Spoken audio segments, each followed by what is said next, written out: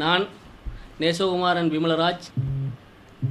எனக்கு 2023ஆம் ஆண்டு முதலாக கிழக்கு பல்கலைக்கழகத்திலே பேரவை உறுப்பினர் பதவி கிடைக்கப்பெற்றது.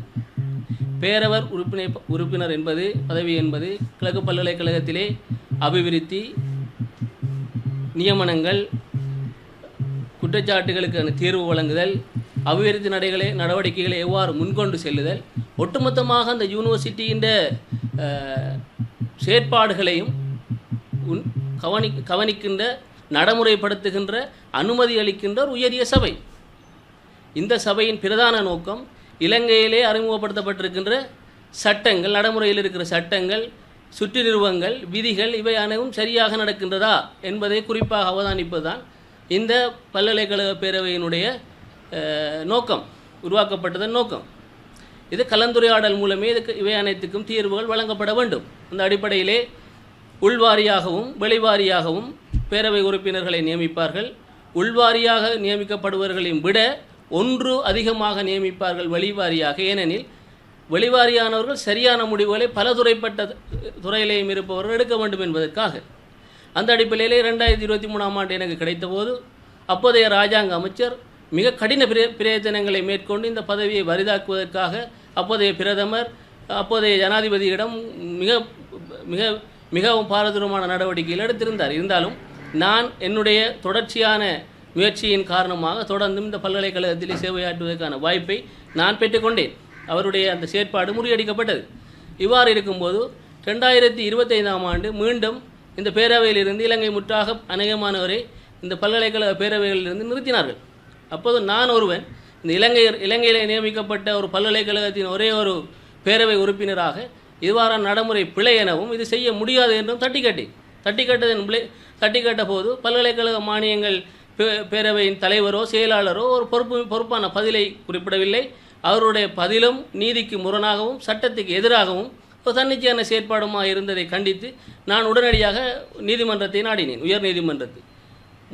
ஆக குறைந்த காலத்தில், நான் நினைக்கிறேன் 5 மாத காலப்பகுதியிலே உயர் நீதிமன்றம் எனக்கு மீண்டும் இந்த பதவியை நான் வகிப்பதற்கான சகல தகுதிகளையும் கொண்டிருக்கிறேன் என்றும், என்னை நீக்கியது இலங்கை அரசியலமைப்பு சட்டத்தின் சட்ட விதிகளின்படி பிழை என்றும் உடனடியாக என்னை மீள நியமிக்குமாறு கட்டளையிட்டது. அதன் அடிப்படையிலே நான் மீண்டும் பல்கலைக்கழகத்துக்கு சேவையாற்றுவதற்கான ஒரு சந்தர்ப்பத்தை பெற்றேன். இவ்வாறு பெற்று என்னுடைய காலப்பகுதியிலே இந்த பல்கலைக்கழகத்திலே காணி தொடர்பான, நான் காணி தொடர்பான வேலையில் இருக்கிற காரணத்தினாலும் அது தொடர்பான அறிவு இருக்கிற காரணத்தினாலும் பல்கலைக்கழகத்தில் இருக்கின்ற காணி பிரச்சனை, குறிப்பாக மெடிக்கல் ஃபேக்கல்ட்டிக்கு இருந்த பிரச்சனை, சரி கங்கு வழியிலே சித்த மெடிசினுக்கு ஒரு காணியை பெற்றுக்கொள்வதற்கு என்று பலதரப்பட்ட முயற்சிகளை செய்தவுடன், குறிப்பாக பல்கலைக்கழக அபிவிருத்தி துறை சார்ந்த நடவடிக்கைகளில் மிகவும் ஊன்றுகோலாக நான் இருந்து அவர்களுக்கு செயற்பட்டு அவர்களுடைய வரவேற்பை பெற்றவன் என்பதையும் குறிப்பிடுகிறேன். இது இவ்வாறு இருக்கும்போது உங்களுக்கு தெரிய வேண்டும், இலங்கையிலே 2025ஆம் ஆண்டு 7ஆம் இடத்தில் இருந்த பல்கலைக்கழகம் இன்று 5 நிலை பின்னோக்கி 12வது இடத்திலே வந்திருக்கிறது. ஒரு மிகப்பெரிய மனவேதமான வேதனை. அதேபோன்று 1913 என்ற இடத்திலே இருந்தது 2025ஆம் ஆண்டு உலகளாவிய ரீதியிலே ரேங்கிங்கில். இப்போது நாங்கள் 3500க்கு மேற்பட்ட இடங்களை கடந்து 5000 இடங்களை தாண்டி இருக்கிறோம். ஆனால் காலம் செல்லும்போது, நேரங்கள் செல்லும்போது, நல்லாட்சி என்கின்ற ஒன்று ஏற்படுத்தப்பட போது நாங்கள் இன்னும் முன்னோக்கி செல்லாமல் பின்னோக்கி செல்கிறோம் என்பது பிரதான கவலையாக இருக்கின்றது.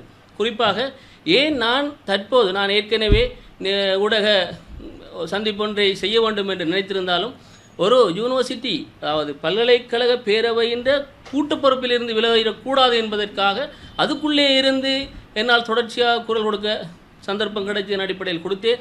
ஆனால் அது எடுபடுகிற மாதிரி இருக்கவில்லை. ஏனெனில் இங்கே எமது பல்கலைக்கழக பேரவையிலே இருக்கின்ற உறுப்பினர்களை பார்ப்போமே ஆனால், பல்கலைக்கழகத்தின் கிழக்கு மாகாணத்தின் பிரதம செயலாளர், ஓய்வு பெற்ற அரசாங்க அதிபர், தற்போதைய அரசாங்க அதிபர், ஓய்வு பெற்ற உபவேந்தர்கள், ப்ரொஃபஸர்மார் என்று பலதரப்பட்ட கல்வியாளர்களை கொண்டிருக்கின்ற சபையானது அநியாயங்கள், நீதிக்கு முரணான செயற்பாடுகள் நடைபெறும் போது எந்த ஒரு விடயங்களுக்காகவும் தட்டி கேட்பதிலிருந்து பின்வாங்குகின்றார்கள்.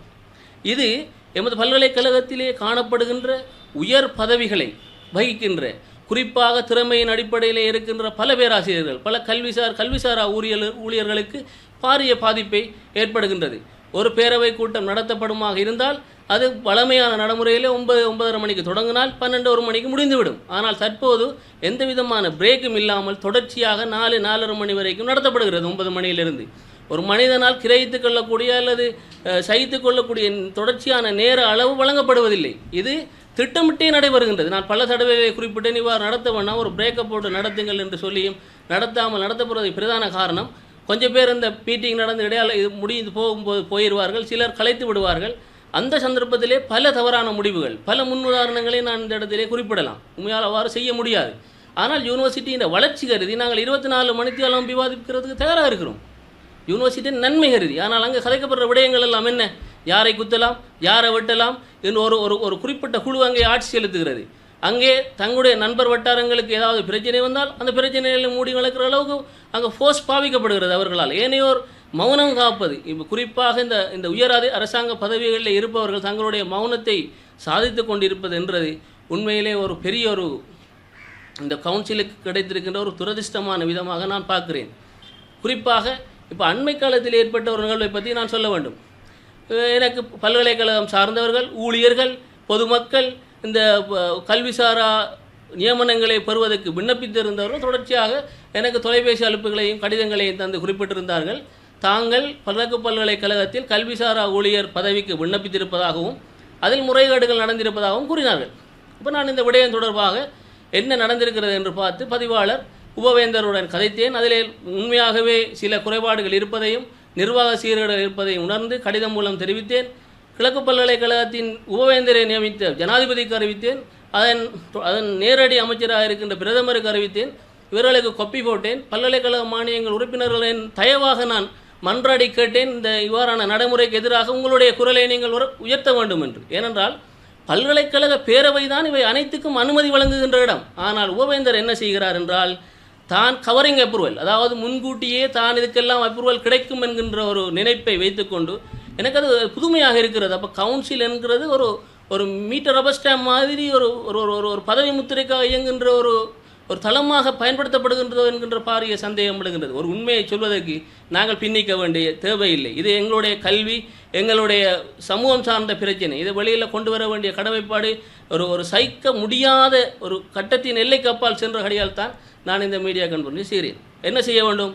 கல்விசாரா ஊழியர்கள்ன்ற வெற்றிடம் காணப்பட்டால் உடனடியாக விண்ணப்பங்களை கோல் பண்ண வேண்டும். அது சரி, கோல் பண்ணியிருந்தார்கள். எப்போது கோல் பண்ணியிருந்தார்கள்? 2025ஆம் ஆண்டு 11ஆம் மாதம், கிட்டத்தட்ட 6 மாதங்களுக்கு முற்பட்ட காலப்பகுதி. இப்போ கணக்கெடுக்கக்குள்ள கிட்டத்தட்ட 6 மாதங்கள்.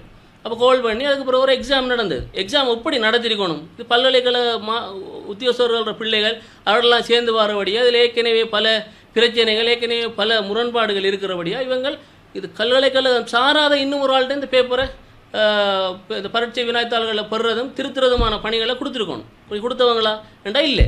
சரி, இவங்கள் திருத்தி இவங்கள் 3ஆம் மாதம் 17ஆம் தேதி நடந்துருக்கு. கிட்டத்தட்ட 4 மாதத்துக்கு பிறகு நடந்து அதில் ரிசல்ட்ஸ் 2 மாதத்துக்கு பிறகு இன்னும் வெளியிடாமல் திடீரென்று பாருங்கள், கடந்த வெள்ளிக்கிழமை சிலரே கடிதம் கிடைச்சிருக்கு. கடந்த வெள்ளிக்கிழமை தான் ஃபோன் பண்ணி நீங்கள் வாரீங்களா, அவங்களே கிடைச்சிருக்கா, இவங்களே கிடைச்சிருக்கான்னு ஃபோன் பண்ணி கேட்குறாங்க. இது ஒரு ஏற்புடைய நடைமுறை கிடையாது. உண்மையாக என்ன செய்யணும்? எக்ஸாம் பாஸ் பண்ணாக்களை அவங்க பார்க்குறதுக்கு அவங்களுக்கான வசதி வாய்ப்புகளை பெறணும். அவங்களோட ரிசல்ட்ஸை இவங்களோட வெப்சைட்லேயோ அல்லது நோட்டீஸ் போர்ட்லேயோ டிஸ்பிளே பண்ணி நீங்கள்லாம் பாஸ் பண்ணியிருக்கிறீங்க, நீங்கள்லாம் இந்தியாவுக்கு எலிஜிபிளானாக்கள், நீங்கள் இல்லைன்னு டிரான்ஸ்பரன்சியாக செஞ்சுருந்தால் இந்த பிரச்சனை வந்திருக்காது. இதிலிருந்து மேலும் மேலும் ஆராய கூட பல விடயங்கள், பல பல பல நிர்வாக சீரேடுகளையும் முறைகேடுகளையும் என்னால் அவதானிக்க முடிந்தது. ஒன்று அவ்வாறு இருக்கும்போது அடுத்த கட்டமாக இந்த இந்தியாவுக்கான பேனல் மெம்பர் 4 பேரை உண்மையிலே கவுன்சில் அப்ரூவலுக்கு இவங்க வருமாக இருந்தால் கிட்டத்தட்ட அந்த நான் சொன்ன டைம் 3 to 4 மணி அந்த டைமுக்குள்ளே ஒரு 4 பேரை பேரை கொண்டு வந்து உபவேந்தர் இவங்க 4 பேரையும் நான் பேனல் மெம்பராக நியமிக்கிறதுக்கு அப்ரூவல் தாங்கண்டு கவரிங் ஒரு அப்ரூவல் ஒன்று பெற்றிருக்கிறார். இது முற்றிலும் பிழையான நடைமுறை. ஒரு சேர்மன் அவர் செஞ்சிருக்க வேண்டிய விடயம், இப்படி எனக்கு தேவை 4 பேர் நொமினேட் பண்ணுங்கன்ட்டு கேட்டிருக்கணும் ஒரு சுயாதீனமாக, அல்லது அவர் ஒரு 10-15 பேர் அதுக்கு எலிஜிபிளான ஆக்கிற பேரை கொண்டு வந்து கேட்டிருக்கணும். இதில் 4 பேரை தெரிவு செய்யுங்க. அதுதான் ஒரு ஜனநாயகமும் ஏற்றுக்கொள்ளப்பட்ட நடைமுறையும் ஒரு வெளிப்படைத்தன்மையுமான விடயம். ஏன் இவர் உண்மையிலேயே இந்த விடயங்கள் எல்லாம் கல்வி சாரா ஊழியர்கள் சம்பந்தமான விடயங்கள் எல்லாம் பதிவாளரை சார்ந்தது, அது உபவேந்தரை சார்ந்தது கிடையாது. ஆனால் நிர்வாகத்தின் ஒரு சீஃப் எக்ஸிக்யூட்டிவ் ஆஃபீஸர் என்ற ரீதியில் அவர் இதுகளில் தலையிடுறது அது மட்டுப்படுத்தப்பட்ட அளவில் இருந்திருக்கணும். அப்போ நான் இது தொடர்ச்சியாக சொன்னேன். அதுக்கு எந்த விதமான பதிலும் இல்லை, எழுத்து மூலமானதில். ஏதோ நாளைக்கு நாளைக்கு முட்டிச்சு முடிக்கணும், ஒரு உயிரை காப்பாற்றுற போல் இது இப்படி ஒரு செயற்பாடு நடக்கிறது ஒரு வரவேற்கத்தக்கது இல்லை. இது இப்போ உதாரணமாக அவர் அலுவலகத்தில், உபவேந்தர் அலுவலகத்தில் வேலை செய்கிற ஒரு நெருக்கமான அவர் ஊழியர் 2 பிள்ளைகள் பாஸ் பண்ணியிருக்கு. இப்போ இன்டர்வியூட் பேனல் மெம்பரில் இருக்கிற ஒரு ஆள்ற டிபார்ட்மெண்ட்டில் இருக்கிற ஒரு ஆள் இன்றைய பேனல் மேலே வர ஊழியர் மகள் பாஸ் பண்ணியிருக்கு. இப்போ அந்த பிள்ளைகள் உண்மையாகவே திறமையாக கூட படித்து பாஸ் பண்ணியிருக்கலாம். இப்போ என்ன சந்தேகம் பலுக்குது? இவர் இதில் இப்படி பிள்ளையான நடைமுறைகளுக்குள்ளால் போக போக இது இவர்கள் பாஸ் பண்ணப்பட்டது சரிதானா என்கின்ற அளவுக்கு ஒரு சிலர் சொல்கிறார்கள் பேப்பர்களை விற்று காசு பண்ணியிருக்காருன்ற மாதிரியான ஒரு விடயங்களும் முன்வைக்கப்படுது. இதெல்லாம் சரியான நடைமுறையை பின்பற்றி இருந்தால் நாங்கள் எல்லாரும் ஒன்று சேர்ந்து இதை நாங்கள் எதிர்த்து இது பண்ணிக்கலாம். அப்படியே நடைபெற இல்லை. உண்மையிலே ஒரு 4 பேர் ஆட்கள் தேவையாக இருந்தால் அதை பொதுவான வழியிலே டிஸ்கஷனுக்கு விட்டு, கலந்துரையாடலுக்கு விட்டு தெரிவு செய்யப்பட்டிருந்தால் இந்த பிரச்சனை இவ்வளவு தூரத்துக்கு எடுத்திருக்காது. இப்போது என்னிடம் தொடர்பு கொண்டு கேட்டவர்களை நான் கூறினேன், நீங்கள் போய் பல்கலைக்கழகத்திலே இருக்கின்ற பதிவாளர், ஏனென்றால் உங்களுக்கு தெரியும் இப்போ கிட்டடியில் ஒரு உயர்நீதிமன்றத்தில் வழக்கு வந்திருக்கு, தீர்ப்பு ஒன்று வந்திருக்கிறது. அதில் நீதியரசர்கள் கௌரவ குருசிங்க சார் மற்றும் சுமுது பிரேமச்சந்திர ஆகியோரால் ஒரு தீர்ப்பு ஒன்று வழங்கப்பட்டிருக்கிறது. ஒரு பரீட்சார்த்தி தன்னை பரீட்சை முடிவுகளை தான் பார்க்கலாம். இப்படி தகவல் அறியும் சட்டம் என்று எங்கேயோ போய்கொண்டிருக்கும் போது இப்படி ஒரு ஒரு ஒரு ஒரு ஒரு ஒரு ஏற்றுக்கொள்ள முடியாத நடைமுறையில் செய்கிற இந்த தீர்மானங்களை நாங்கள் ஏற்றுக்கொள்ள இயலாது. இது யாருக்கு பாதிப்பு கொண்டு? யூனிவர்சிட்டி குடும்பத்துக்கு கெட்ட பேரை கொண்டு வரும். அது தவிர இந்த நடைமுறை சிக்கல் இருக்குது. ஏற்கனவே உங்களுக்கு நான் ஒரு விடயத்தை குறிப்பிடணும். ஏன் நான் இந்த விடயத்தை குறிப்பிடுகிறேன் என்றால் 2023ஆம் ஆண்டு பல்கலைக்கழகத்தினுடைய யூனிவர்சிட்டி சர்வீஸ் அப்பீல் போர்ட், இதை பாருங்கள், இந்த இருக்குது. இதில் ஒரு முடிவொன்று சொல்லப்படுது. என்னென்னா, இவ்வாறான ஒரு நியமனம் ஒன்று ஏற்கனவே செய்யப்பட்டிருக்கு. அந்த செய்யப்பட்ட நியமனத்தில் ஒரு குறிப்பிட்ட நபரை எடுக்கணுமன்றதுக்காக பல விதிமுறைகளும் மீறி இருக்கு. அவ்வளவு விதிமுறைகளை நீங்கள் நிவர்த்தி செய்து அந்த குறிப்பிட்ட கேண்டிடேட் கம்ப்ளைனருக்கு நீங்கள் பதில் சொல்லுங்கள் என்று சொல்லி வந்திருக்கு. எப்போ வந்திருக்கு? 2023ஆம் ஆண்டு வந்திருக்கு. ஆனால் இன்றைக்கு 2027ஆம் ஆண்டு வரைக்கும் நாங்கள் எந்த நிவாரணமும் காணாமல் இதில் இருக்கிற பிழை இதுதான். நான் மெம்பராக இருக்கும்போது 2023ஆம் ஆண்டு நான் எந்த விதமான கட்டணமும் இன்றி நானாக முன்வந்து இதில் இருக்கிற பிழைகளை உண்மையாகவே என்ன நடக்குது என்று பார்க்குற ஃபேக்ட் ஃபைண்டிங்க்கு போயிருந்த நேரம் உண்மையாக இதை உறுதிப்படுத்தக்கூடிய மாதிரி இந்த நடைமுறை பிளண்டு. அதே நடைமுறை, அதாவது இங்கே சொல்லியிருக்கிறாங்க என்னென்னா, we also find that the appellant has not been informed of the interview as an acceptable mode of communication with adequate time. அதுதான் நான் சொல்கிறேன். ஒரு ஆளுக்கு சரியான முறையில் தகவல் பரிமாறணும், அவருக்கு போதுமான அளவு டைம் கொடுக்கணும், குறைந்தது 14 நாட்கள் வேலை நாட்கள் கொடுக்கணும். ஒரு நபர் குறிப்பாக சுகமிலம் இருந்திருக்கலாம், அல்லது அவர் வெளிநாட்டிலே வேறு ஏதாவது தன்னுடைய வேலை நிமித்தமாக போயிருக்கிற நபர் உடனடியாக வரலாமா? வரையலாம். அதுக்கு இவங்க சொல்கிற கதை என்ன, நாங்கள் ஃபோன் பண்ணேன் கன்ஃபார்ம் பண்ண மாட்டோம், அப்படி செய்யவே இயலாது. அதைத்தான் நீங்கள் சொல்கிறாங்க. இது அன்அக்செப்டபிள் மோட் ஆஃப் கம்யூனிகேஷன் என்று சொல்கிறாங்க. மற்றது இது ஒரு டிஸ்அட்வான்டேஜாக இருக்குது மற்ற கேண்டிடேட்டுக்குன்றதையும் சொல்கிறாங்க. அதோட இன்னும் ஒன்று சொல்கிறாங்க, இதை கண்டக்டட் பண்ண இன்டர்வியூ இது ஃபேராக நடக்கலைன்னு சொல்லியும் have not been conducted in a fair and transparent manner, வெளிப்படைத்தன்மை இல்லாமல் நடத்தப்பட்டிருக்குது. இது பிழை என்று சொல்லப்பட்ட விடயத்துக்கு நாங்கள் தீர்வு காணாமல் அதே பிழையை நாங்கள் திருப்பியும் செய்கிறோம்டா, அப்போ எங்கட யூனிவர்சிட்டி பின்னுக்கு போகிறதோட நாங்கள் இன்னும் 10 வருஷத்துக்கு இதுக்காக காலத்தை வீணடிக்க வேண்டி இருக்குது. உண்மையாக பல்கலைக்கழக பேரவை கூட்டங்களில் நான் என்னுடைய சக பேரவை உறுப்பினர்கள்ட்ட கேட்பேன், நீங்கள் இவ்வாறான நிகழ்வுகள் வரும்போது இப்போ இது நீண்ட நேரம் ஒரு தேவையில்லாத சில விடயங்களை நாங்கள் பேசிக்கொண்டிருக்கிறோமே என்று கூப்பிட்டால் அவர்கள் சொல்கிற 2 விடயம் சொல்கிறார்கள்.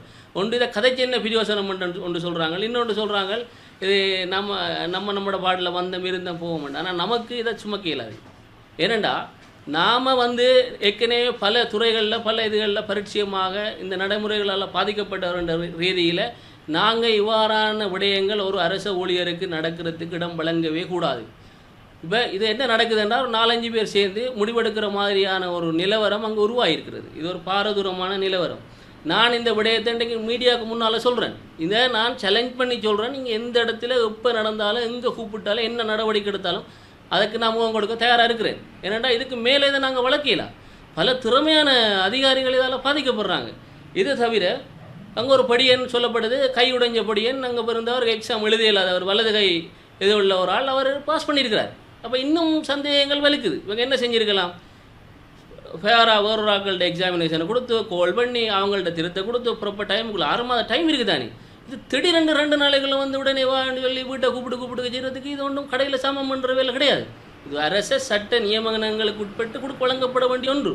இங்கே இருக்கிற மக்கள், இங்கே இருக்கிற அங்கே தோட்ட இருந்த கேண்டிடேட் அவங்களோட எல்லாரும் எதிர்ப்பையும் மீறி நாங்கள் ஏன் இதை செய்யணும்?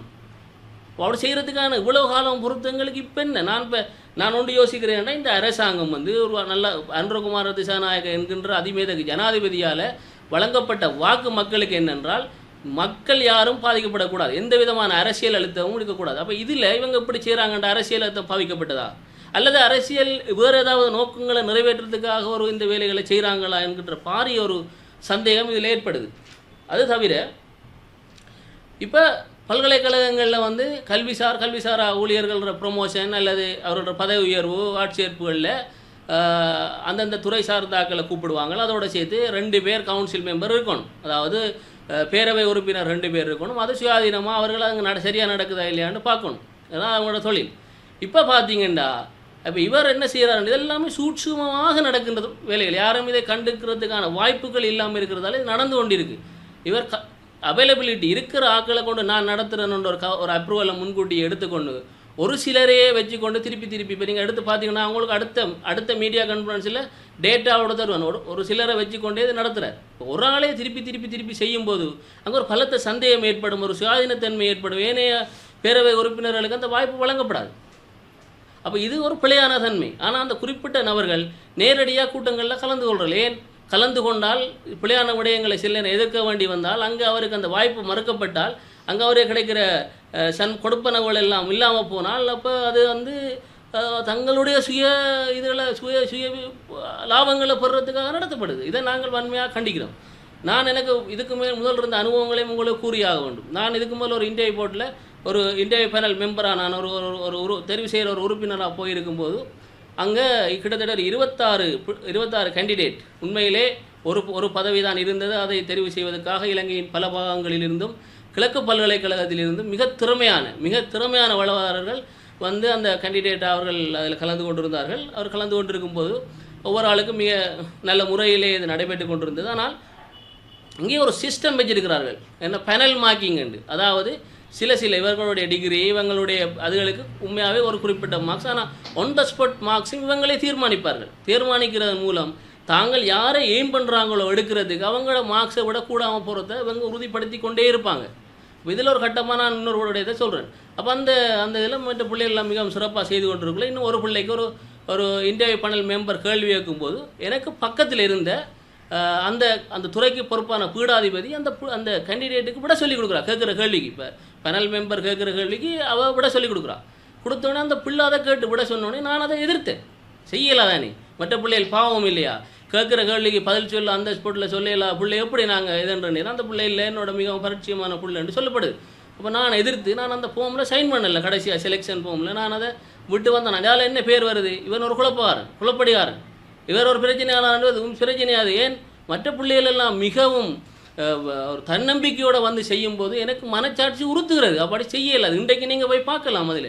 அப்போ நான் இது பிள்ளைன்னு சைன் பண்ண அவரை அப்போ பீடாதிபதி இப்போ இருக்கிற போனதுக்கு பிறகு இப்போ புதுப்பீடாதி அவர் அந்நேரம் சீனியர் லெக்சர். அவர் எனக்கு கால் பண்ணி சொல்கிறார், டீன் வந்து உணர்ச்சி வசப்பட்டுதா, அதனாடி நீங்கள் அதை பெருசாக எடுக்காமல் சைன் அப் பண்ணுங்கண்டு. அப்போ நான் அவர்கிட்ட கேட்டேன், இது உணர்ச்சி வசப்படுறதுக்கு என்ன, நான் கேட்ட வசனங்கள் உங்களுக்கு சொல்லி உணர்ச்சி வசப்படலாமா? இது நாங்கள் ஒரு வளவாளரை தேர்ந்தெடுக்கிற ஒரு தார்மீக பொறுப்புள்ள கடமை. இவர் சொல்கிறார், இப்போ என்ன அவள் போனதுக்கு பிறகு இவர் வார அந்த இடத்துக்கு. அப்போ ஆக்களை தங்களை பாதுகாக்கிறதுக்கான மெக்கானிசம் அங்கே உருவாக்கப்படுது. அதை நாங்கள் உடைக்கணும். அது தொடர்ந்து வளர விடக்கூடாது. அது தவிர ஆதாரத்தோடு சொல்கிறேன், ஒரு நபருக்கு ஒரு பல்கலைக்கழகத்திலிருந்து அவருக்கு கடைசியாக கொடுப்பாங்க ஒரு சர்டிஃபிகேட். ஒருவருக்கு 2 கொடுக்கப்பட்டிருக்கு. ஒன்றில் அவருக்கு எடுக்கப்பட்ட மார்க்ஸ் ஓவராலாக குறையாண்டு கொடுக்கப்பட்டிருக்கு. அது இன்னொரு 6 மாதத்தில் கூட கொடுக்கப்பட்டிருக்கு. எப்படி கொடுக்கலாம்? ஒரு எக்ஸாமினேஷன் வயலேஷன் இல்லையா? இது என்னட்டு இருக்குது. ஒரு சீனியரைசேஷன் ரைஸாக 2க்கும் சைன் பண்ணி கொடுத்துருக்குறேன், கொடுக்கல. ஆகையால் இது இப்படியான நடைமுறைகளை நாங்கள் இது பண்ணல. அடுத்தது இப்போ இருக்கிற வைஸ் சான்சலர் ஒரு ஒரு அன்றகுமார திசாநாயக் என்கின்ற ஒரு முற்போக்கு சிந்தனையான ஒரு ஒரு திறமையான மனிதரால் நியமிக்கப்பட்ட ஒரு ஒரு ஒரு வைஸ் சான்சலர் என்ன செய்கிறார் என்றால், கூட்டங்களிலே இதே பேரவை உறுப்பினர்களை கொண்டு ஒரு ஒரு விடயங்களை விவாதித்து இந்த மாதம் இந்த கூட்டத்திலே இது விடயம் சரியென எடுக்கப்படும், ஒரு முடிவெடுக்கப்பட்டு இந்த விடயம் இத்துடன் முடிவு செய்யப்படுகிறது என்று வரும். பிறகு அதே சேர்மன், அதே கூட்டம், அதே மெம்பர்ஸில் அடுத்த மாதம் எனி கமெண்ட்ஸ் என்று தொடங்கி அந்த முடிவு மாற்றப்படும். அப்போ முதல் அதே கவுன்சில் அதே சேர்மன் எடுக்கிற முடிவு அதுக்கடுத்ததில் மாற்றப்படுது. ஏன்? தனிப்பட்ட பழிவாங்கல், வேறு ஒன்றுமே இல்லை. அப்போ எப்படி நாங்கள் யூனிவர்சிட்டியை முன்னோக்கி கொண்டு போகிறது? எப்படி எங்களோட மற்றாக்கள் சப்போர்ட் பண்ணுவாங்க? அப்போ இதை பாதுகாக்க வேண்டிய கிழக்கு பல்கலைக்கழகத்தில் மாணவன் என்ற ரீதியிலையும் அந்த மாவட்டத்துக்கு பிறந்த நாள் என்ற ரீதியிலையும் ஏற்கனவே இந்த மாவட்டத்தில் உள்ள மக்கள் இந்த பிரச்சனை சம்பந்தமாக என்னிட்ட கொண்டு வர என்ற ரீதியிலேயே நான் இதுக்கு முடிவு காண வேண்டிய ஒரு நிலைக்கு இருக்கிறேன். அடுத்தது இந்த டிசிப்ளினரி ஆக்ஷன், ஒழுக்கவியல் சார்ந்த விடயங்களில் உண்மையாக ஈகோர்ட்டில் சொல்லப்படுது, ஒரு மனுஷனுக்கு 3 to 6 மாதத்துக்குள்ளே அவருடைய ஒழுக்கம் அவருக்கு ஏதாவது டிசிப்ளினரி ஆக்ஷன் இருக்க மாட்டோம் முடிக்கணும் என்று சொல்லப்படுது. ஆனால் இங்கே என்ன நடக்குது? நான் 2023ஆம் ஆண்டு போகும்போது ஒரு கேஸை சொல்கிறேன் உங்களுக்கு. ஒரு கேஸ் 2017ஆம் ஆண்டு தொடங்கினது 2023ஆம் வரைக்கும் எந்த விதமான முன்னேற்றமும் இல்லாமல் இருந்துச்சு. அதையும் நான் எந்த விதமான கட்டணமும் இல்லாமல் அதை முடிக்கணும். யூனிவர்சிட்டின்னு என்ன டிசிப்ளினரி ஆக்ஷனில் அது கிடைக்க வேண்டிய விடயங்கள் சரியாக நடைமுறைப்படுத்தணுன்றதுக்காக நான் இரவு பகலாக கஷ்டப்பட்டு அதுக்குரிய குற்றச்சாட்டுகளை தயாரித்து கொடுத்து பிறகு துரதிர்ஷ்டவசமாக அந்த குறிப்பிட்ட காலத்தில் நான் இல்லாமல் போனதுக்கு பிறகு திருப்பி 1 வருஷத்துக்கு பிறகு போய் பார்க்குறேன், எந்த முன்னேற்றமும் இல்லாமல் அப்படியே இருக்குது. இதுக்கு ஒரு கவுன்சில் தேவையா? இதுக்கு ஒரு நிர்வாகம் தேவையா? அப்போ இதெல்லாம் இந்த அரசாங்கம் பார்க்கணும். நான் பல்கலைக்கழக மானியங்கள் ஆணைக்குழு தலைவருக்கு பல முறைகள் நான் கடிதம் மூலம் அறிவித்திருக்கிறேன், அவரோட கதைத்து இருக்கிறேன். அதனால் இது சும்மா விட்டுட்டு போகலாது. இப்போ இவங்கள் இந்த விடயங்களை நான் மீடியா கான்ஃபரன்ஸை கொண்டு போக முதல் இன்டர்னலாக இதை தீர்க்கலாம்ன்றதுக்காக நான் பேரவை உறுப்பினர்களும் மண்டிட்டு கேட்டேன். இது ஒரு பிழை, ஏற்கனவே இப்படி ஒரு டிசிஷன் ஒரு கோட்டால் கொடுக்கப்பட்டிருக்கு, இப்படி செய்ய வேண்டாம்ன்றதை நாங்கள் இப்போ செய்கிறது பிழை.